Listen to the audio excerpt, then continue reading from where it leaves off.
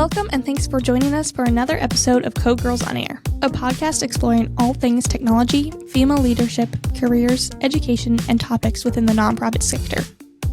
On this episode, we will be interviewing Marianne Smith, one of the founders of Code Girls United and the current CEO. Please join Marianne and I to hear more about her story.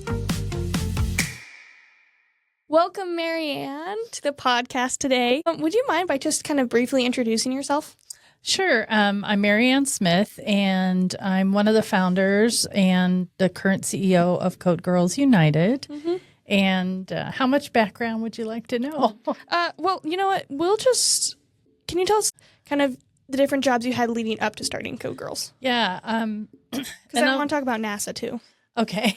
We'll talk about NASA. I think in general, I come from a generation, again, where I think you've talked to some other folks where there were no women. Mm-hmm. I worked at Lockheed. It was just Lockheed then, not Lockheed Martin.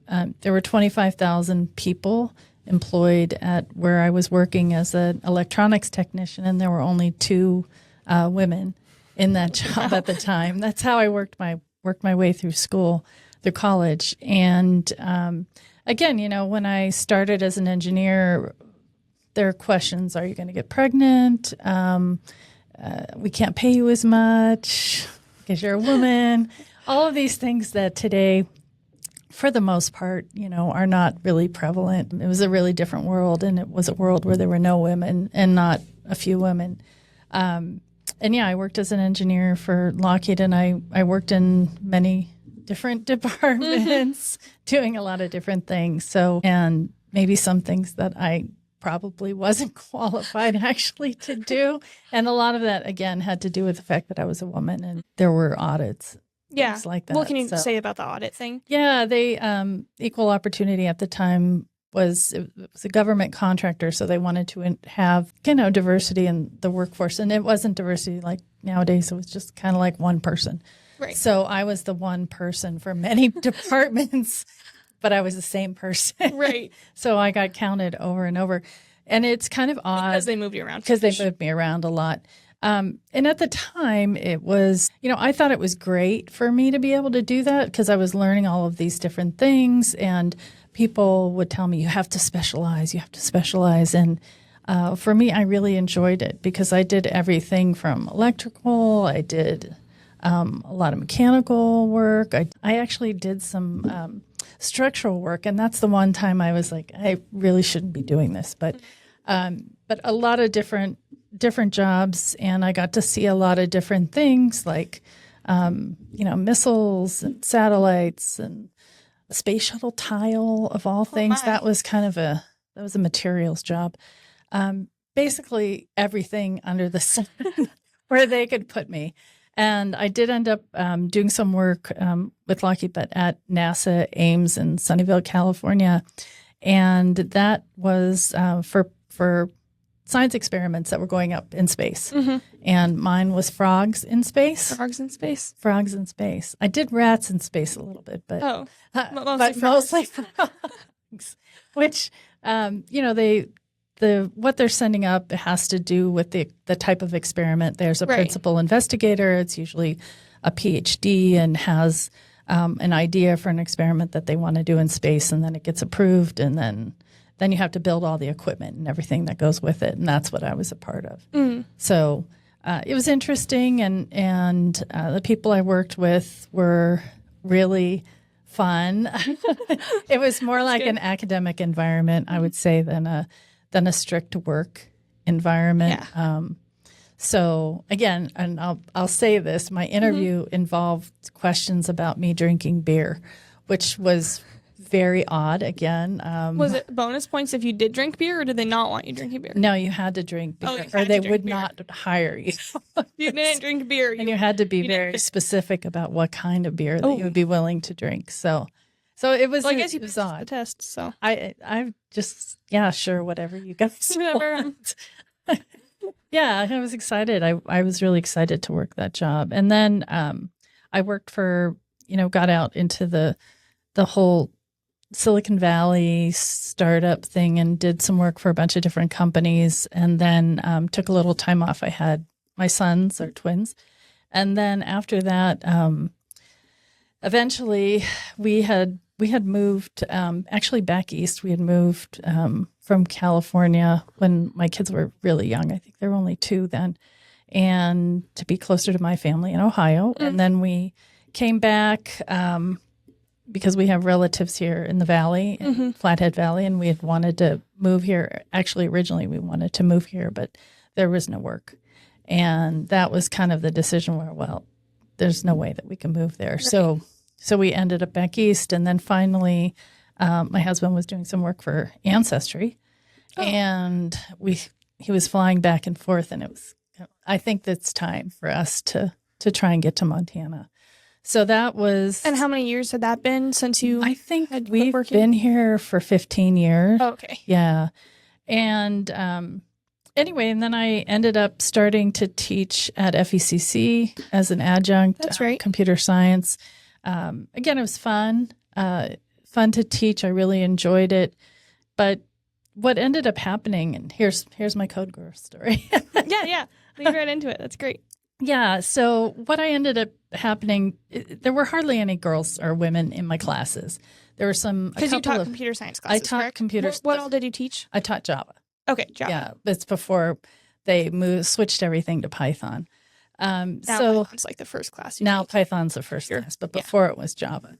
So so it was great, but there were hardly any women. And there was my kids swam, and one of their swim moms had a daughter that had wanted to learn something about coding, and so I was talking to her about doing some volunteer work anyway because I was kind of like I needed something else to do. So she said, "Hey, there's this coding program." I was like, "You know what? That would be perfect because then maybe I would get more women in my classes." So that's kind of where everything started. And next thing you know, the Flathead Beacon had done an article in the paper, which I'm sure your father probably saw. Yep. And probably your parents too, Isabel's over here. And that was kind of the start of it. And I actually had no idea what I was going to teach. I just thought, oh, hey, I'll teach something. Who knows? Yeah. Who knows what it'll be? And luckily, Liz Burnell and also Beth Schecker shortly. Liz came, I think, the first day. I think so, too. I think so. Yeah. I think she was there the first day. And she's the technology teacher at Russell Elementary. And she showed up, and it was great because all of a sudden there were all these girls. We were in Sykes Restaurant at the time, and we ended up in the basement. And it was really great that they allowed us to be there. Yeah. Well, really, we got really bumped wonderful. up to the conference room for a while too, right. We were in the conference room, and then we went down to the basement after the conference room because it was too crowded. Yeah. So many little girls doing their binary code. Their binary. That's what we did. Yeah. You guys learned how to do binary code, which is hilarious because Kelsey, who's also an intern here, she memorized all the binary codes. She was like crazy about it. Yeah. Well, and we'll have an episode coming out about her soon. And when we were filming that, we were laughing about that and looking back on all the things we did then. Yeah. It was really crazy. Again, wasn't really sure what to teach, but I had used App Inventor to teach my own kids some coding. We did robots too, but we used App Inventor, and I thought, you know what, let's do this. Yeah. How did you first hear about App Inventor? How did you first get kind of working on that? This was when it first came out. I used it to teach my kids, and they made an app very similar to Drive Right, by the way. Oh, really? I didn't but know not as pretty. It was just questions. Oh, yeah. We wanted the cards. There was nothing pretty about it. Not one of the first. Well, the first app that Isabel and Emma's team took that won the Congressional App Challenge was all a driving app. And the cars moved on the home screen. They drove down these roads. Yeah. No, so it was super we worked cute. hard on the pretty side of it. It was very, very cute. And it was much, much better. No offense. Than what they did. Well, thank you. Theirs was really just ask the quiz. Serious. Yeah, a quiz. Yeah. That's all that it was. But at the time, That's it was still kind of a pretty big code. deal because they were pretty young and yeah, because they're not much older than No. Isabel and I, are they? no, they aren't. So no, they are. They're a few years older Yeah, than I you guess. guys. But yeah, and I just thought it was a great tool because I like the fact that you could get something and use block code and get something working right away in your hand. So you've got your phone in your hand, you could shake it, you could see how it works on a real phone. Touch all the buttons. Yeah, instead of having it just, and I think, learning how to make a website or Yeah. learning how to code, you guys did JavaScript. I think all of that is really great on the computer itself. Right, But when there's it's all text. something about having a device in your hand, I think is Especially really for fun. the younger kids, too. Yeah. They get the instant gratification of like, oh, I dragged and dropped the button and now there's a button on the screen. Yeah. Yeah, or I shook this and I made a cat meow.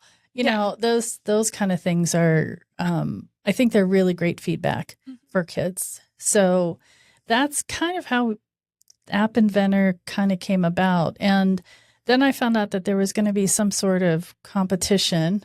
Right. So I thought, well, we'll do this competition. And then we kind of worked, Beth helped me and Liz, both Beth and Liz really, this would not exist without them. I mean, they're both have been so critical, and Beth on the business side and getting us sorted as a nonprofit and everything. And Liz really helping us to take what we wrote and put it in a way that is teachable. And for kids, because it's not like teaching college where you just say, here's your project. Great. Go for it. Right. And, okay. You didn't do it. So much. Look at this grade. Yeah. Yeah. Well, that's what I was just talking. And now she's going into her 20th year of teaching.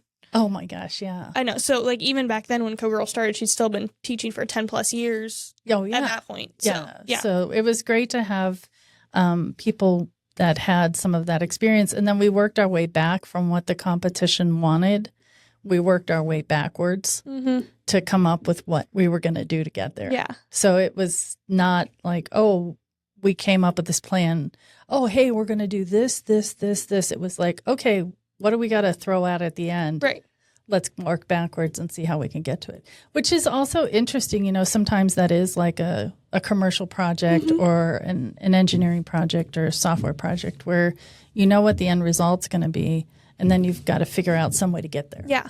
Well, and if I recall, the app challenge that we did originally back in the early days, we don't participate. We have our own challenge now, correct? Well, what happened is you all did that for 2 years and that group fell apart. Right. Because I remember there were some like robotics. There was wasn't there? Yeah, and our first competition, we had robotic stuff in it. And that's different. So the first 2 years, we just participated in this an organization that was doing like a code school for adults, and they kind of delved into that space for kids, and that's where we ended up. But their focus was really on a different thing. Yeah. And but we still placed in it. Girls team still placed. Oh my gosh, yeah. In the second year, you guys won all first four places. Well, and at least the first year, somebody placed. Yeah, somebody placed in the first year. It was third. Somebody placed third. Yeah. It was. Yeah. Oh, we did. Oh, that's right. I wasn't actually present for the competition. Isabel was. So. Oh, that's right, because it was in Helena. Yeah. It was in Helena back then. It was in Helena back then. It was in Helena the second year too, in the Capitol, right? It was in the Capitol. That's what the second year. The second year. It was so loud in there. That was not probably the right place to have a competition. It was echoey. Yeah, but it was still cool. It was still cool, and it was fun to be there, and it was really good to be there. But yeah, after that, it was kind of like. And I remember telling Beth, like, oh, my gosh, these people can't plan anything. And I think Beth at the time was like, what do you – no, I retired. Yeah. So that was really kind of – well, then that got to refine it to not just all robotics, right? No. Well, the first year we did include people that had robotics projects. At the college, right? At the college, at FECC. We had it in person. We had it 2 days. It was way too long. But it was kind of fun to have different computer projects there. Mm-hmm. The robotics team from Eureka, who are now like the super winners, and the Girl Scouts, who have won everything now. Both of those teams were both of those groups were there, and Right. each one had a female team. That's the requirement, is that it was for girls, and the competition was for girls. And there was another robotics team from Stillwater Christian. Oh, really? And they won second place, or no, they won third place. Who won? There were it two was girls. Taylor's app that won, or Taylor. Because Taylor was a code girl. Yeah, she for a few was. years, and then She just did that project kind of on her own, which is kind of why it was beautiful. Oh my gosh. It was impressive. It was It was beautiful. This RFID tags. Yeah, she was using RFID tags. RFID tags to scan kids when they got on the bus, like to go to school, so the parents didn't have to wonder if they made it or not. Right, and get off the bus. Right. And she wanted to scan them all the way. She was kind of getting a little carried away. She liked the scanning. She liked the scanning, but it was fun. It was really good, and it worked too. It was excellent. Oh yeah, it was a great idea and a great project. But after that, we decided we wanted to have at least 2 people on a team, because we really did want to have the teamwork aspect, which I know you've talked about before, which is a really important part of the real world. It is. Well, that comes into everything. No matter what field you're in, you have to work as a team. Yeah, no matter. I mean, unless you've got a job where you're sitting like in this room somewhere and people just throw food at you, which is what I think a lot of people think of programmers. Yeah. Yeah, you just throw them some potato chips and they squirt out code or something, and everything works out really well. But yeah, it's not really realistic. Right. Realistically, you're working with a team. Right. Yeah. Anyway, but now the app competition is all virtual and it's all Code Girls based, correct? Yeah, it is. COVID was it was bad, but it was good in a way for us, because it forced us to put all of our content for our classrooms online. It forced us to put everything online, including our competition. So, which in the end was really good, because we have now people, all over the state of Montana, and having them come into Kalispell or come into Helena or wherever would be tremendously expensive. And for the organization, it's just not a feasible situation. That can exclude so many other girls too with the travel. So that's exactly right, which we would end up probably having to pay for people. Yeah. So it's just not cost effective for us. Yeah. So it's, it's great. I think having it online allows us to scale. And I think having it online too allows us to have judges from all over the state, and not just from, our participants are all over, our judges are from all over. So it's really kind of amazing. I think we ended up having 48 or we had quite a few just this last year. Judges this last year. Yeah. There were a lot of participants. Just in general, we started with 28 kids, and I think how many kids have we served so far? I think it was like 1,300 so far, or something like that. It's a pretty big number. Yeah, it's a pretty big number. And then there were around 650 girls that signed up last year for our after-school program, and then we still have like another 100 and something in our summer camps. We had 16 summer camps this year. Wow, which is crazy. A lot, yeah. Okay, so do you mind if we rewind quite a bit? So did you always want to go into a technical field when you were in school? What did you go to school for? Can you talk a little bit about before you entered the workforce? I can talk about all of that. So when I was a kid, for some reason, I think I was in like 3rd or 4th grade, I decided I either wanted to be an archaeologist or an engineer, because I was good at math. Yes. And I have no idea why I picked engineer, because that was just what you wanted. What I thought I should be. Like, I'm good at math, I should do this. And also, I didn't grow up in a super wealthy family or anything, so I knew I was going to have to make a living. And I knew that archaeologists didn't make any money. Well, that's a little different. I have no idea why I knew that. Yeah. But I knew that if I was an archaeologist, I'd be poor. So it turned into engineering. And again, I was good at math. I loved math. I really did. Although I moved around a lot when I was younger, so I kind of lost a little bit of my love for it. I think when I was at the end of, I went to 3 different high schools. So that last high school, I think I kind of was just like, let's just get this over with and I'll go to college. Yeah. But yeah, I think that it was the love of math. And what's really interesting is, and not, it's just different, is that when I was younger, this is in Ohio, my teachers had degrees in the things that they taught. Mm-hmm. So my chemistry teacher had a chemistry degree. My math teacher had a math degree. So they were teachers, but they were also experts in their subject matter. So it's a little bit different now. And I think that, things have changed a lot too. There's a lot of information that's available for people. So maybe you don't necessarily need to be an expert in things. But I do think that love of math. And again, I don't remember it being just a boy thing. There were a lot of other girls that were into math too. It wasn't just me. So I think there was, but I don't think they saw a path with engineering. I think I was like the only one. I think took their love for math and did something with it. Yeah. Oh, I think they would be teachers. Oh, just if you loved math, you taught become a math teacher. You wouldn't do anything with. No, you wouldn't be an engineer. Like gotcha. It wasn't. But I think I also enjoyed taking stuff apart. Yeah. I enjoyed doing kind of things that maybe were more boy things, like taking apart the vacuum cleaners. And, I really liked doing that. And I didn't always put things back together the right way, but I really liked taking things apart and trying to put them back together. So I think that kind of lent itself for sure to the engineering side. So it's not like, I guess I did kind of have that in my mind. I think the one thing that when I started my career, I thought that the technical stuff was the most important thing. Like, what are those business people talking about? The stupid accounting people. Like, why are we worried about that?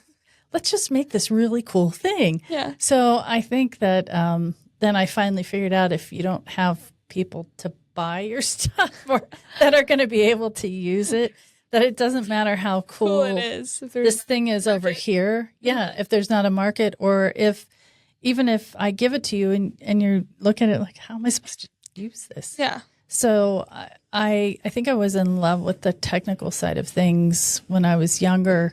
And then I think I finally figured out like, oh, okay. Wow. This is important. I'm really wrong.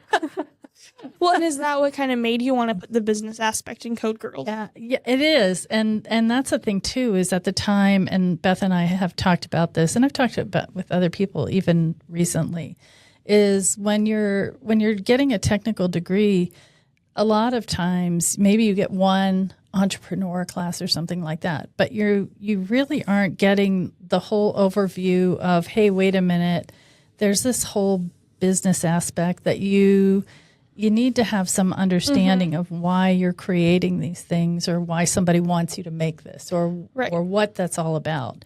And I think that's the part that's kind of missing with technical education. And it would be nice if it was included. But I know, you've got to take all your calculus classes and all your subject matter. It's still important, but I think, too many people discount the business side of things. Well, I don't think people realize how much of the business education is in Code Girls. Yeah. Because they hear Code Girls and they're like, oh, they make apps. That's great. Yeah. They make apps. What if they don't want to make apps in life? Like, what does that get them? And I like how much Code Girls goes into the business side of things. And all the skills. Like, the kids will use these for any field they go into.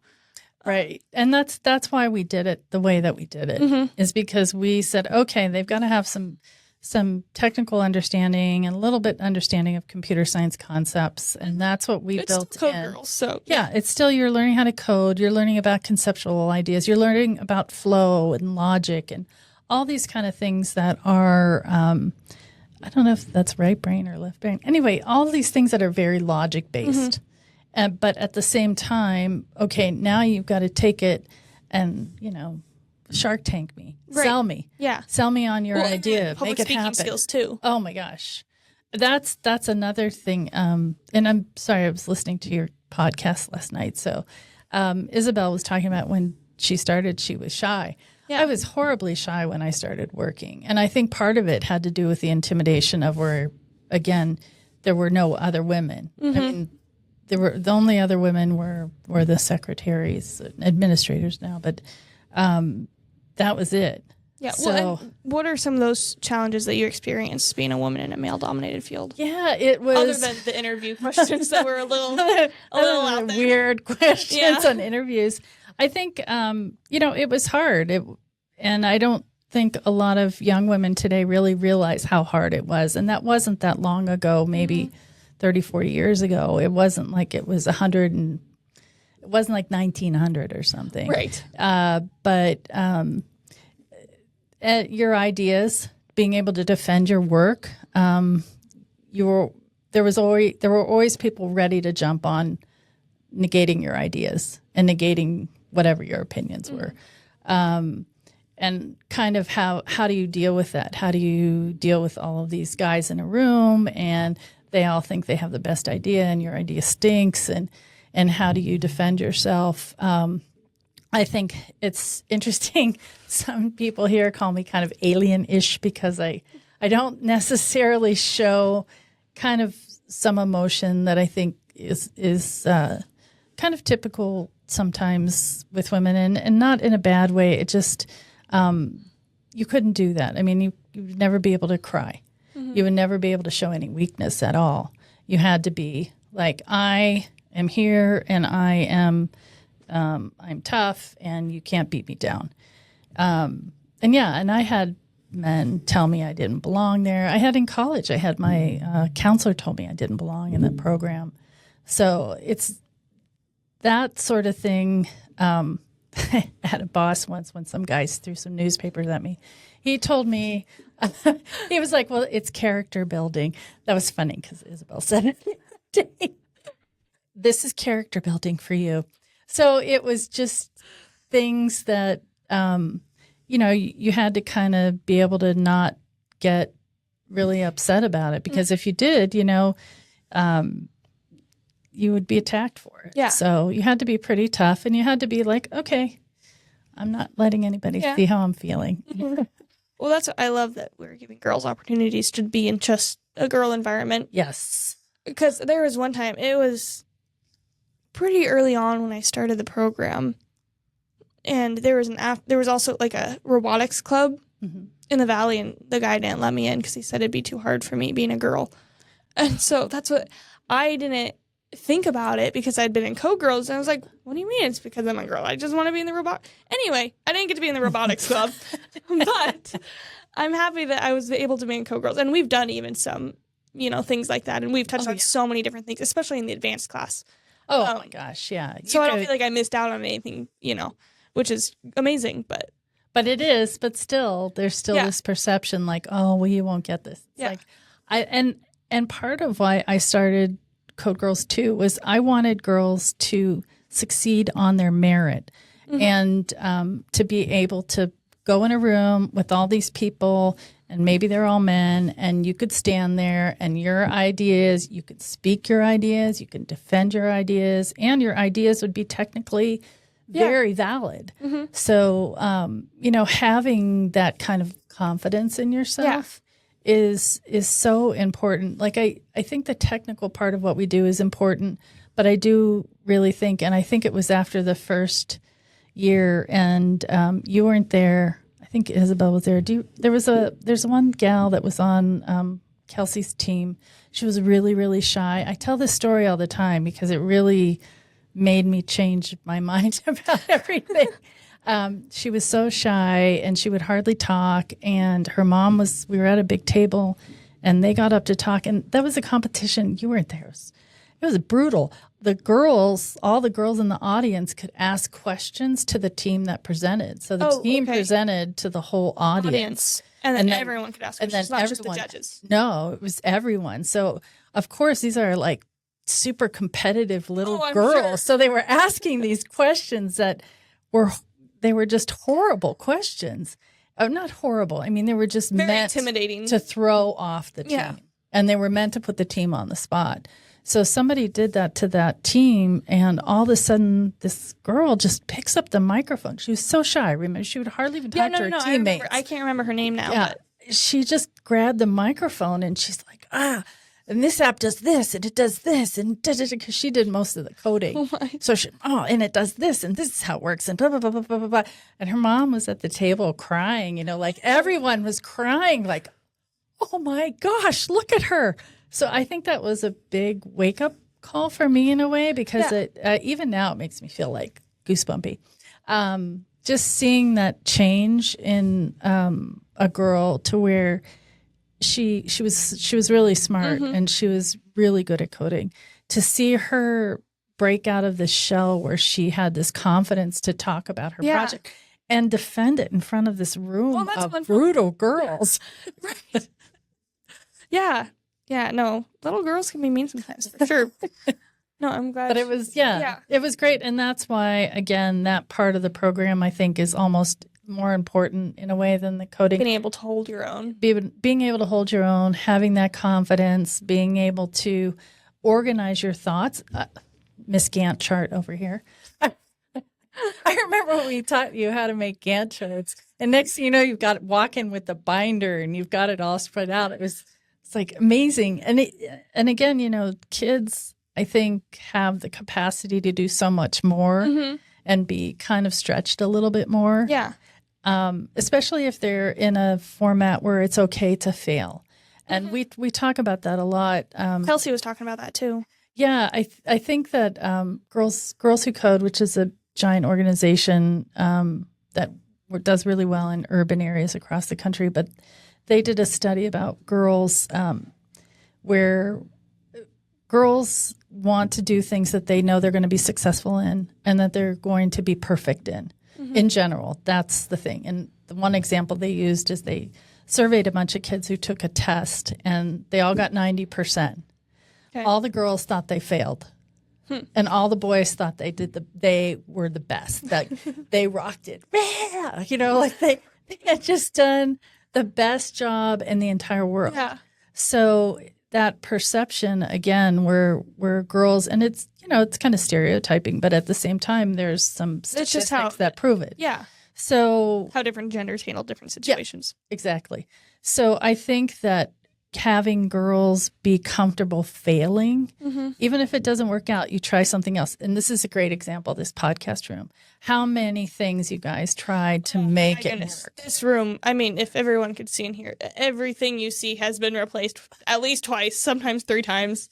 Oh, yeah. And that's exactly right, because but that's the whole thing, is you don't give up. You just keep plugging away at it until you can make something work. And I think having that mentality, again, that's what makes a good engineer or a good computer science or a good technical person, is that there is no right answer for everything. There's different ways to approach problems. And I think having a woman's perspective, and I talk about this too when I talk to business people, it's like women buy 80% of stuff, everything. It's usually a woman that makes a decision. I mean, you buy a house, for the most part, it's a woman that's making a decision about what they're going to buy. She's looking at the kitchen or the bathrooms or something. So if women are making all of these decisions, and including in product decisions, why would you not include women in the development process? Because women are going to be the ones that are going to... They're the target market. That's exactly right. It's the target market. Exactly what you learned. Good job. But that's a part of why it's important to put women, or to include women, or not to say, hey, you can't take this robotics class. There's a reason to include women in a lot of these things, because a lot of times you're coming in with a different perspective. Yeah. And it's good. It's good to have a different perspective sometimes. Yeah. So well, we do handle situations differently. I mean, when we were in D.C., it was a whole mess in the Capitol. Somebody left a suspicious package, and so they had to shut down the Capitol. And we saw the police rounding people up. And so we talked to the team next to us, who were all boys, and we're like, hey, just so you know, the police are rounding people up. You might want to get your computer packed up.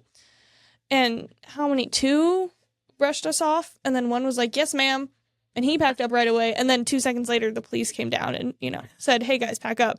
Then somebody was like, oh, they're serious. I'm like, yeah, we're serious. Did you not see the police?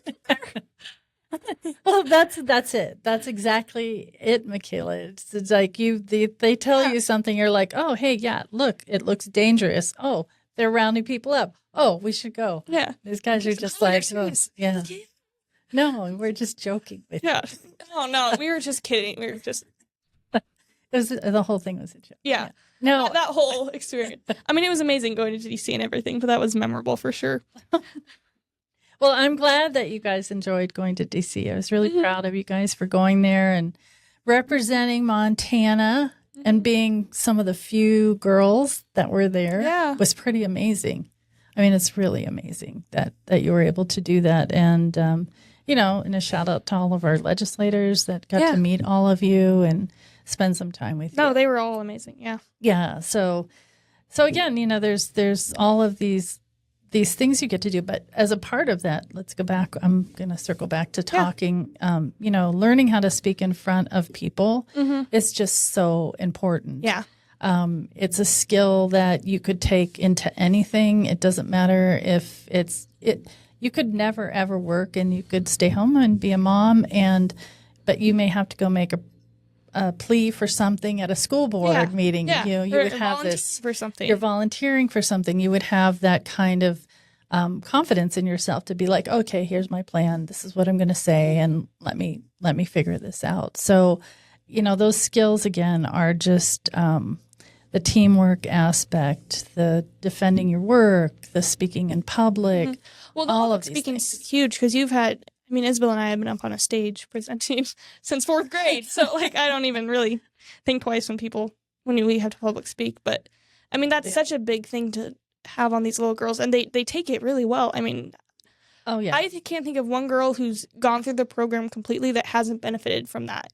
Yeah. In some way, shape, or form. Just the public speaking aspect of it. Right. Just if that's the stuff they get out of it, then yeah, you do it a few times and you're set. And you're good to go. And they're always really nervous, on competition day. The girls are always terrified the first time they speak.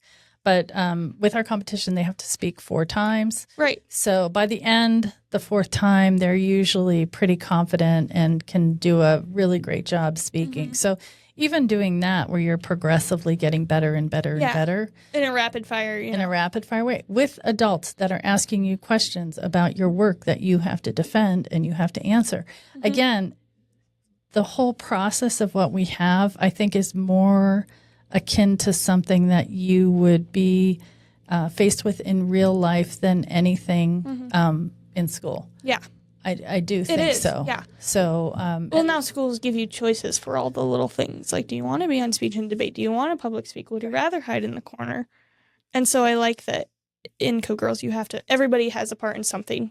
Yeah. Everybody has a part in everything, so everybody has to talk when you're on stage. To talk. That's right. But it's also great. You get to see a lot of different career paths. It's not just about, if you really love coding, you could go into coding.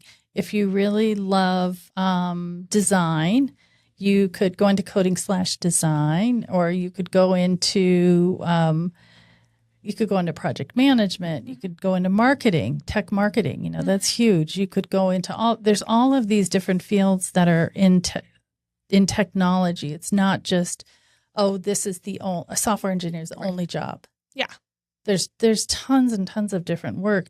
I think the thing is if you don't know that those jobs exist, or you don't know, I really like, organizing things. I think I should be, doing something where I have a project that I can keep track of. If you don't know that job exists. Right. Yeah. You're never going to go into it. Exactly. And I think the kids that live in bigger cities have a little bit of an advantage because for them, they get to see people doing these jobs all the time, their parents or their friends or families or, other people that they know, they're doing this work all the time. So they're exposed to it as a more common thing, where especially in more rural areas, you don't have that model that you can look at. You don't see all the different jobs. No, you don't see all the jobs. And the other thing is having mentors. And thinking about Beth has been helping with Whitefish, and I think that, having somebody to see who's been through these industries and they've done different things, like some of the women that you're talking to, who have done all of these things, or some of our volunteers, it's really great for girls to be able to see that there is a path for them, and that there's these other people that have taken a path, and they can take this path too. Well, and that's what I hope the podcast helps with, is opening the doors to all the different careers that women can have in tech that's not just software development. Yeah. And, software development's great, and it's wonderful, and could be a wonderful career. And just the technology sector in itself is really great because it's not with one industry per se. It's in everything. It's in everything now. And the more that you have an understanding of technology, I think the more successful you would be in the future, even if you're doing something that's not related at all. I mean, you just look around and see how many people are on their phones. Right. It's ubiquitous right now. And I think that for women in particular, it provides a lot of opportunities. Say you only want to work part-time. You could still be paid well. You could work remotely. You could still have a family. Yeah, there's so many options. There's just a lot of different paths that you can take with technology that you might not be able to take with some other industries. So, yeah. Well, as we're wrapping up here, do you think you could just tell us what the most rewarding part of Code Girls has been for you personally? Well, I think I'll tell you what, it has to. Coming back to the podcast room. I had wanted to do this like 5 years ago and have a podcast. And what was so rewarding for me about this, which is crazy because it's really you guys did the work, but it's taking an idea like, oh, I think we should do this. Let's do this in this room. And then next thing I know, it's happening. And again, it's the watching you guys with your perseverance and your grit, and you're just like, oh yeah, we'll figure it out. Oh, we have this problem. Okay, we'll figure it out. That makes me so proud of both of you, and I think for the girls that are coming up too, I think it's that same kind of that same sort of mentality where I'm seeing these girls with this confidence and this belief in themselves. And let me tell you something. If some guy told you couldn't be in a robotics program today, I doubt if you would just walk away, Michaela. You're like, heck no. Well, thank you. Yeah. So I think that's the most rewarding part, is just to kind of see the end. Because again, when we started it, no idea. We had absolutely no idea if this was going to change anything.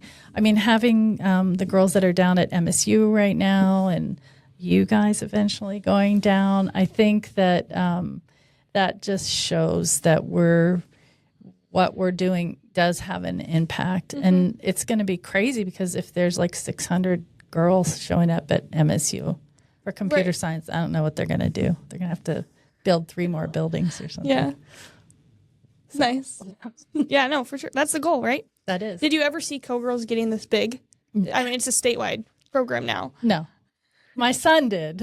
Your son did. My son was like, oh, he had the vision. It's a monster, Mom. This is going to be a monster. Oh, no. It's just something I'm going to do. It'll be fun. What was the goal originally? Were you just trying it out for a year and seeing where it went?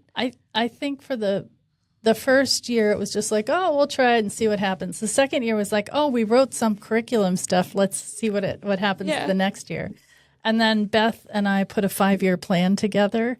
And we became a nonprofit in 2018 in July. So that's like 2 years after we started. Yeah. 1.5. Yeah. But so it wasn't like there was this big plan, but we said, oh, well, let's put a 5-year plan together. It was in the basement in that little building over by the Dairy Queen. Oh, yeah. And we put it up on a whiteboard. And we just said, this is our 5-year plan. And we kind of laughed. Right. Like we drew it all out. Oh, take a picture of it. Yeah, okay. And we actually we were going to double every year our participants. And we actually met all the goals. Wow. Within those 5 years. And now we're past the 5 years. Yeah, we're past the 5 years. And now, we have a lot of people pushing us to try and go to other states. And trying to figure out how to do that, which, of course, again, a lot of that depends on money. It depends on funding. And that's what I spend a lot of my time doing now, and writing curriculum and getting help from other people to write curriculum, which is really great because I don't have the advanced curriculum done yet. So we're working on it. We're getting there. Yeah. So it's been interesting to kind of, but I think in retrospect, Beth and I both have a lot of experience. So it's not like we had no business experience to kind of draw from. Like, yeah, that sounds reasonable. So it seemed kind of haphazard, but really it was based on our own experience. And I think that's what's been happening all along. But at the same time, the growth beyond Montana probably is going to end up something that Melissa's going to have to manage. I think I'll probably start it, and she'll probably end up having to finish it. And I have no idea how big we could get. I mean, it's... Yeah. I mean, with how much it's grown in just Montana. Yeah. And that's with, more cows than people here. So, I can't imagine other states. Yeah. That's right. We need more states that have more cows than people. Oh, I don't think there are. Maybe South Dakota or North Dakota. We need more people. Yeah, we need a little more people. Yeah. But it'll be really interesting to see where it goes and what ends up happening to it. I feel like my vision of where I wanted to be with the organization, I think we've kind of met a lot of what I wanted to do. And I think my one thing I wanted to do before I retired was to go to a different state. So I think we'll probably start with a different state, and then I'll probably retire. And then you guys can go back and take over.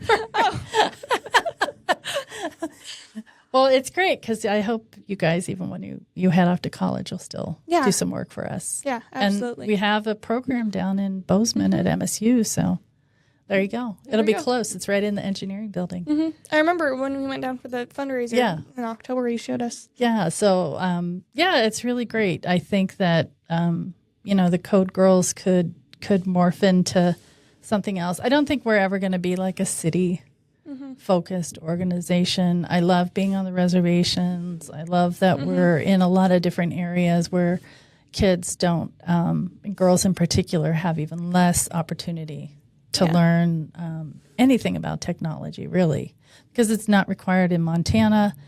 Some teachers, some schools will do it, some schools won't. Usually it's the city schools that do something. It's not usually the schools that are kind of outliers, which there are many of. Yeah.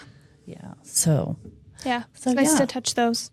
Well, thank you so much for being on today. Really appreciate it. This was a blast. Well, thank you very much, Michaela. And Isabel, thanks for being on the board, making everything happen. But it's been wonderful. And thank you very much, both of you girls. I feel like you're my own kids in a way. But I'm like a grandparent because I don't deal with any of the bad stuff.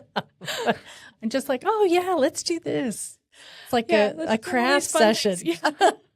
Craft session with technology and programming. Yeah, it's kind of a little more interesting craft session. Yeah, it is. Not just glue and popsicle sticks. No, you got to learn how to use a drill. That was exciting. Yeah, you used a drill a lot for this room. Yeah. Well, good. Yeah. Well, thank you. And I can't wait to see who else is going to be on and what else they're going to talk about. It's going to be exciting. It is exciting. We're having fun with it. Well, good. Yeah. Well, thank you. Thank you for listening to this episode. Next week on Code Girls on Air. I talk about that a lot because we do have our heads down and we think like, oh, there's a struggle in my little world. But if you raise your head up, what's going on in the Flathead with our nonprofit community is just inspiring. And so that's a role Whitefish Community Foundation plays, is to bring everybody together.